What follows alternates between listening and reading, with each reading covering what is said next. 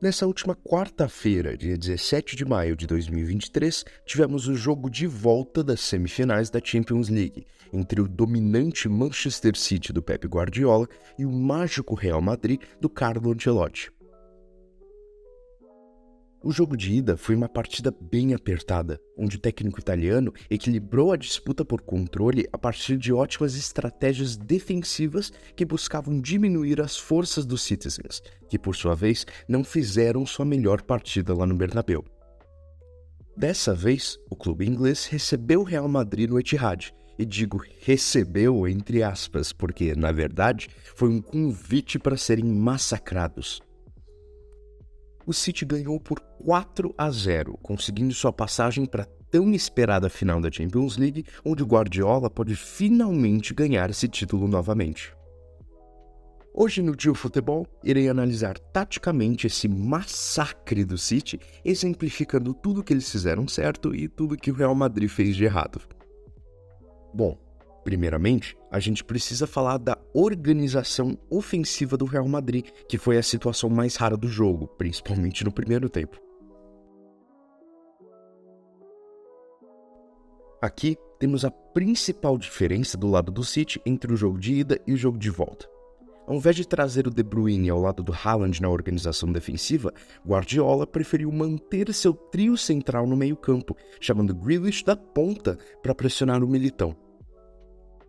Naturalmente, isso deixaria Carvajal muito aberto, mas o Pepe apostou nos saltos agressivos do Akanji, que sairia da linha de 4 para perseguir o lateral espanhol.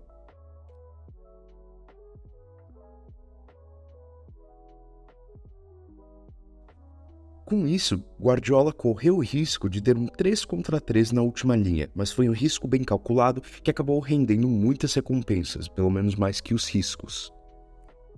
É importante destacar que do lado merengue, alguns jogadores tiveram desempenhos muito abaixo do que o esperado.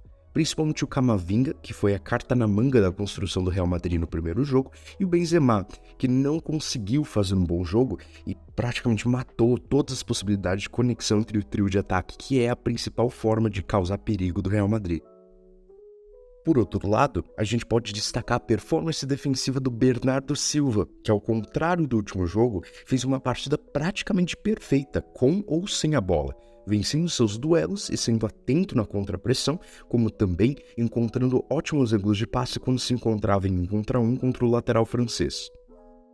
Mas calma lá que eu já estou me precipitando. A gente precisa falar primeiro da organização ofensiva do Manchester City e como conseguiram progredir e principalmente reter a bola com tanta facilidade.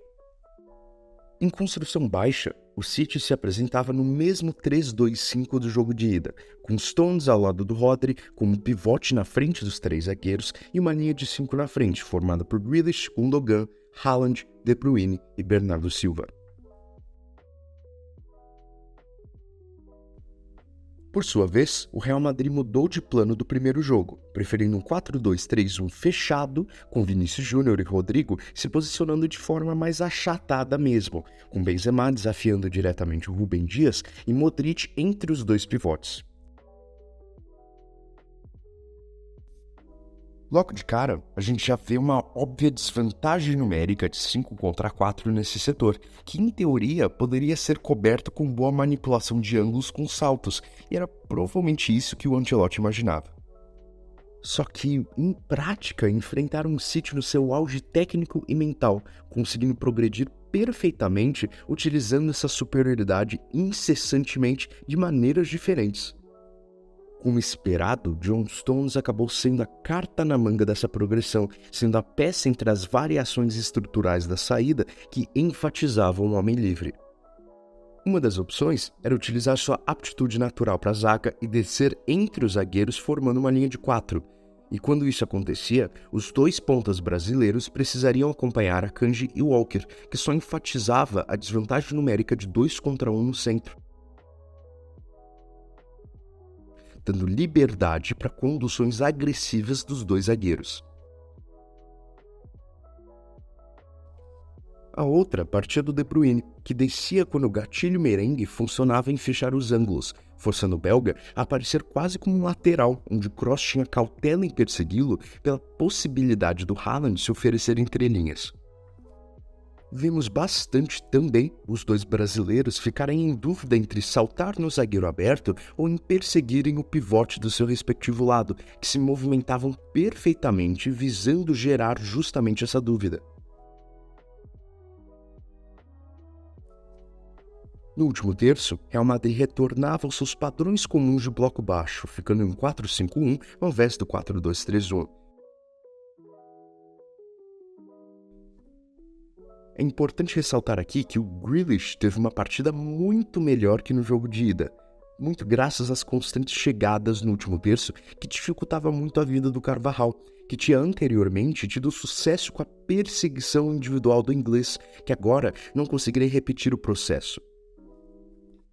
Quem assistiu o vídeo sobre o jogo de ida sabe a importância dos pontas do City terem tempo e espaço, já que eles são cruciais para a reciclagem e retenção da posse, além da busca por superioridade qualitativa, se isolando em situações de 1 contra 1.